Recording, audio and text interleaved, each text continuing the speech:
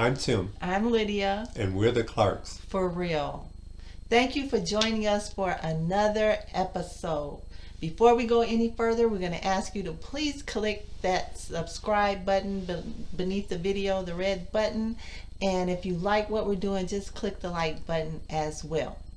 In our previous video, we talked about reasons why marriage is good. And so we want to continue today with another reason why marriage is good. Proverbs 18:22 says, "He that finds a wife finds a good thing." Mm. Not a girlfriend, What? not a girlfriend, not a side piece, Well, but a wife. a what? A wife. And she's a good thing? She's a good A thing. wife is a good A thing? wife is a good thing. Okay. And he obtains favor of the Lord. The New Translation says that the man who finds a wife finds a treasure. Mm. Finding a wife is like finding a treasure, and you can't wait to open it and see what's inside. Lydia is not just what I want, but also what I need. Mm. Genesis 2:18, the Lord says, "It's not good for the man to be alone. I will make a helper who is just right for him." He gave Adam a helper that was fit for him. Oh, okay. God gave me Lydia, and she's just right for my physical, emotional, and spiritual needs. Mm. She's fit for me to commit to and love for life. I looked at my wife's outward beauty, Lydia's outward beauty, and I loved it. But as the Temptations sang this song, beauty is only skin deep. Yeah, yeah, yeah. When I looked deeper inside of Lydia, I saw the special treasure that she is. I saw the total package and believed that she was what I needed, and I didn't want to let her get away. So a wife adds value to your life. Lydia added value to my life. Even if she's not perfect, I'm not perfect, we're not perfect, but she's valuable. You can't pick your wife on your own. You have to let the Lord direct you. Proverbs 19:14 says, "Fathers can give their sons an inheritance of houses and wealth, but only the Lord can give an understanding wife." Wow. Only Yes, the Lord. only the Lord. She's a blessing, and I don't want to let my blessing get away. God blessed me with Lydia, a wife, and I'm going to see my blessing. I'm not going to let her get away. She's like a treasure that opened up, and I opened her up, and I saw some great things in there. It's still unfolding. The treasure is unfolding. But it's beautiful, and I just can't wait to see, what more that's offered inside of her. So you didn't see like everything when you decided to marry me, this treasure that was in me, because God's put a treasure in all of us. Yeah. But you didn't see all of it. You were just allowing the Lord to direct you. Yes, allow the Lord to direct me and to just trust Him, and trust my pick. So the treasure is still Unfolding. unfolding. Yeah. But you wouldn't have known that If I hadn't made that commitment and to stuck you, with me. and stuck with you. So, we have to make a commitment, because blessing, God gave me a blessing, and I'm committed to this blessing, receiving the blessing, and opening up this treasure, and to see what great things it has to offer. Isn't that interesting? That's interesting. So whether you're choosing a husband or you're choosing a wife, it's really important to allow the Lord to lead you, because you don't know what you're going to need down the road. Yes. A lot of things I didn't know was in me, or I didn't even know that was in Tim, even though, we decided to get married. It's like circumstances that happen in your life, things that happen. They say what's in you will come out. When you hit hard places, what's in you will come out. And so some things we didn't even know each other had that we needed until we hit some spots. Some years ago, I presented a message to singles at a singles conference, and it was entitled Packages. And that message dealt with how when we're looking for a mate, How a lot of times we focus on the outward appearance. We focus on the package that they come in. We want our spouse to look a certain way. And we can allow that physical appearance to overshadow their character or what's inside. And that could be for the positive or for the negative. We want someone who we consider beautiful or handsome, and we can overlook their ratchet personality or their ratchet character because of that. Or if they change in appearance, once you get married or whatever, they change in appearance, then we're ready to move on to a newer and a better looking version or a better looking model. And, Tim and I, we've changed a lot since we initially got married. So here's a picture of Tim before we got married.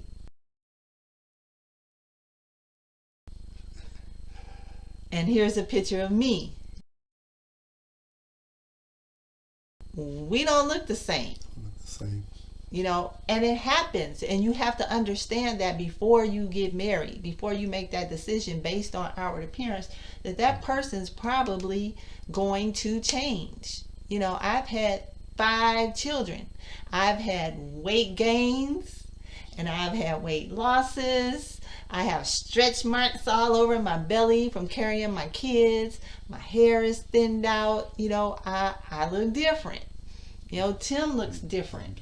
He has changed, Yet every day Tim tells me I'm beautiful. Yes. He's never changed on that. He's never complained about weight gains or weight losses with me because he chooses to love me just as I am. To me, he's as handsome as he was when we got married because I choose to see him that way. That's my husband, and I choose to see him that way. And so I'm not saying that you just let yourself go and that, your spouse has to love you regardless. No, you do the best you can because, I want Tim, when he looks at me, I want him to see someone that's pleasing to him, and I would hope that he wants that as well. So we do our best, but we can't have these unrealistic expectations that my spouse is going to look at 55 or 60 the same as he did when he was 25 or even 40.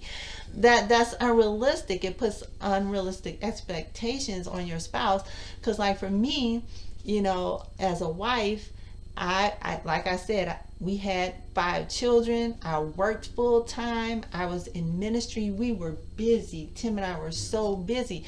I didn't have hours to work on me, to be working out, trying to keep that toned body and all that kind of stuff. I was tired. I did the best I could, but we have people out here doing extreme stuff.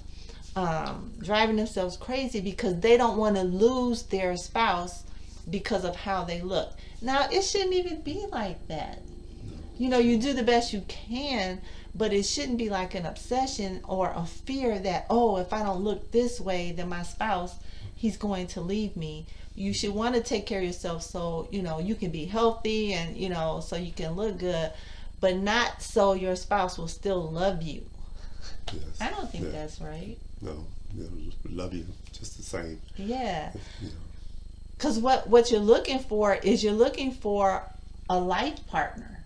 You're looking for someone that, you can do life with. This is someone who's going to walk in life with me to help me fulfill my purpose. And I'm going to help him fulfill my purpose. Yes. And that we can fill our purpose together as a couple. Because what people don't realize is that God has a purpose for you as a couple, and, this is somebody who we can work through problems with, who we can fight against the enemy with together, not fight against, but fight with one another for our kids, for whatever. It's like, it reminds me of siblings, how siblings can fight, but if somebody comes against them, one of the siblings, they're going to fight together against that person, because they love each other. You're going to have problems within a marriage, but you work it out and then you come together to fight against what's attacking or attacking your children. This is a person who's going to help you raise children. We're going to raise children together and just do life together. Yes. Because as we said in Ecclesiastes 4, two are better than one. And that's what marriage is about. It's more than just how you looking about having sex. Marriage is you got to come out the bedroom and you got to live life together. And that's the kind of person. That's why you have to let God lead you into who is for you, who's going to stick with you through that, who has in them what you need to help get through these situations. So we don't put our spouse before God. God is the main one that's going to help us through. Yes. Because our spouse, they're not God. They can't do everything not for perfect. us. Yeah. Yeah, we're not perfect. Not perfect, but we work together. Yes. We work together, and it reminds me of that Sinbad comedy. Just look it up on YouTube when he talks about marriage. It is so, I don't know, it is so funny. But in it, he's making a point. For men, you want to go after these younger women or whatever.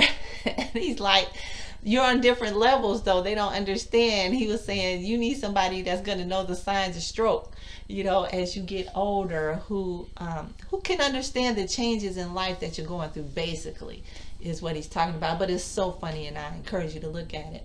But the last thing I want to say is, Tim and I, we both had periods in our marriage where we felt like giving up. Like, yes. I can't do this. I'm tired of this. I don't want to do this anymore. And something T.D. Jakes said really changed my whole mindset. He said, all you will ever get in life is 80%.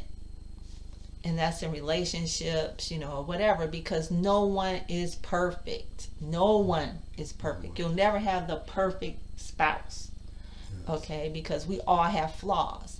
So he said, the most you'll ever get in life is 80%. He said, but what happens is in relationships, what we want to do is focus on the 20% that we don't have. And that 20%, when you focus on it, makes you want to give up the 80. Well, that's crazy. Who would want to give up 80% for 20? That's not what we want, but that's what we tend to do. We focus on the 20% that we don't have and throw away the 80%.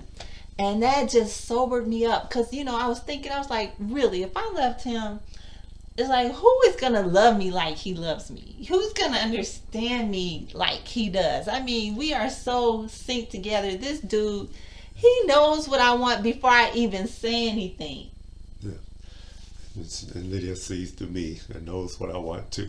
Yeah. And so we just know each other. We know each other. Yeah. And I don't know. There are things that we lacking, but the good outweighs the bad. Yes, it does. And so I just want to encourage you in your marital relationships, don't focus on the 20%. Look at what you do have.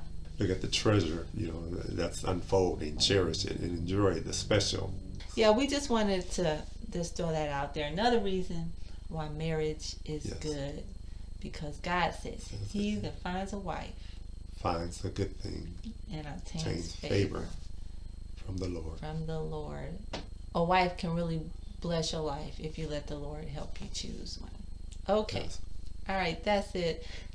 Thank you so much for listening, and we'll see you next time. And in the meantime, remember, be the you God made you. And just keep it real.